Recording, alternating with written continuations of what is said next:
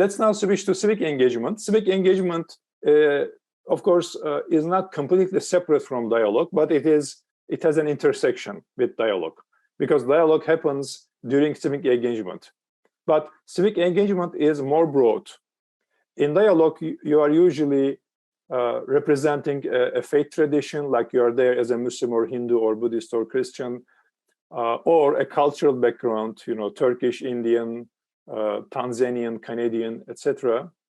But in civic engagement, you are there more as a citizen, as a neighbor, as a human being, sometimes as a professional, sometimes as a community member. So we have many identities, but the identities like these, citizen, neighbor, human,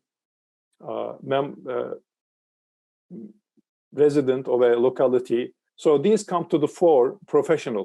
These come to the fore in civic engagement. In dialogue, religious or cultural identity comes to the fore.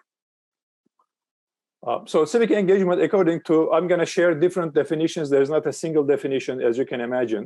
But these are the definitions, some of the definitions that are cited. The most cited in my experience definition is this one. Civic engagement is working to make a difference in the civic life of our communities and developing the combination of knowledge, skills, values, and motivation to make that difference. Promoting the quality of life in a community through both political and non-political processes.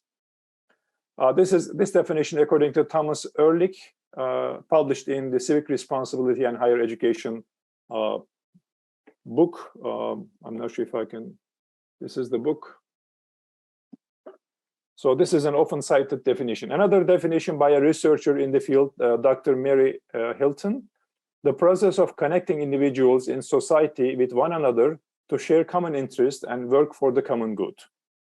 American Psychological Association defines it as individual and collective actions designed to identify and address issues of public concern. Okay, a more detailed definition gives examples of the kinds of activities that we consider under civic engagement. And this is according to Keeter and others. Keeter is a researcher, also worked for Pew Research, if you heard about that organization. Pew Research is one of the leading pollsters in the US and in the world. So in their publication, they define three kinds of civic activities, civic engagement activities. Civic activities, voluntary associations that promote the health and well-being of the community, such as membership in a fraternal organization, religious organization, clubs, professional associations, volunteering, charitable fundraising, community problem solving. In the political domain, efforts to shape social institutions through collective action, signing petitions, boycotting companies or organizations, protesting, expressing opinions to the media, lobbying efforts such as writing letters or emails, testifying, visits with policymakers. In America, I am a member of AARP, which is an organization for people aged 50 and above. And recently, there was a campaign about drug prices.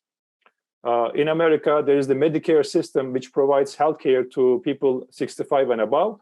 And until recently, this Medicare organization could not negotiate drug prices with medical companies.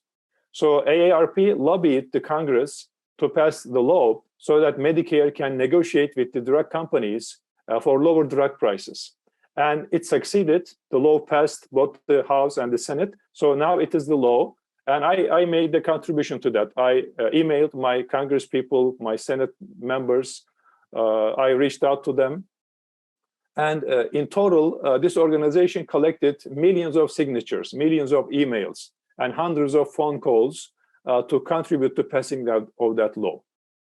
It also limited the maximum a person needs to spend for insulin for people who are diabetic. The maximum they can spend under insurance for insulin was limited to $2,000 per year.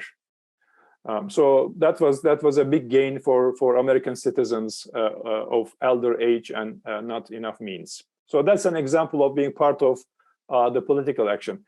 Electoral activities, all those activities aimed at influencing the outcomes of the electoral process, voting, campaigning, registering to other people to vote, or supporting candidates. So these are all considered civic engagement, some of them are more political, and some of them are more social. So sometimes you will see that they will, some researchers will separate this into two subtopics: social engagement and civic engagement. When they say civic engagement, they mean more political, but this is not always shared. This view is not always shared.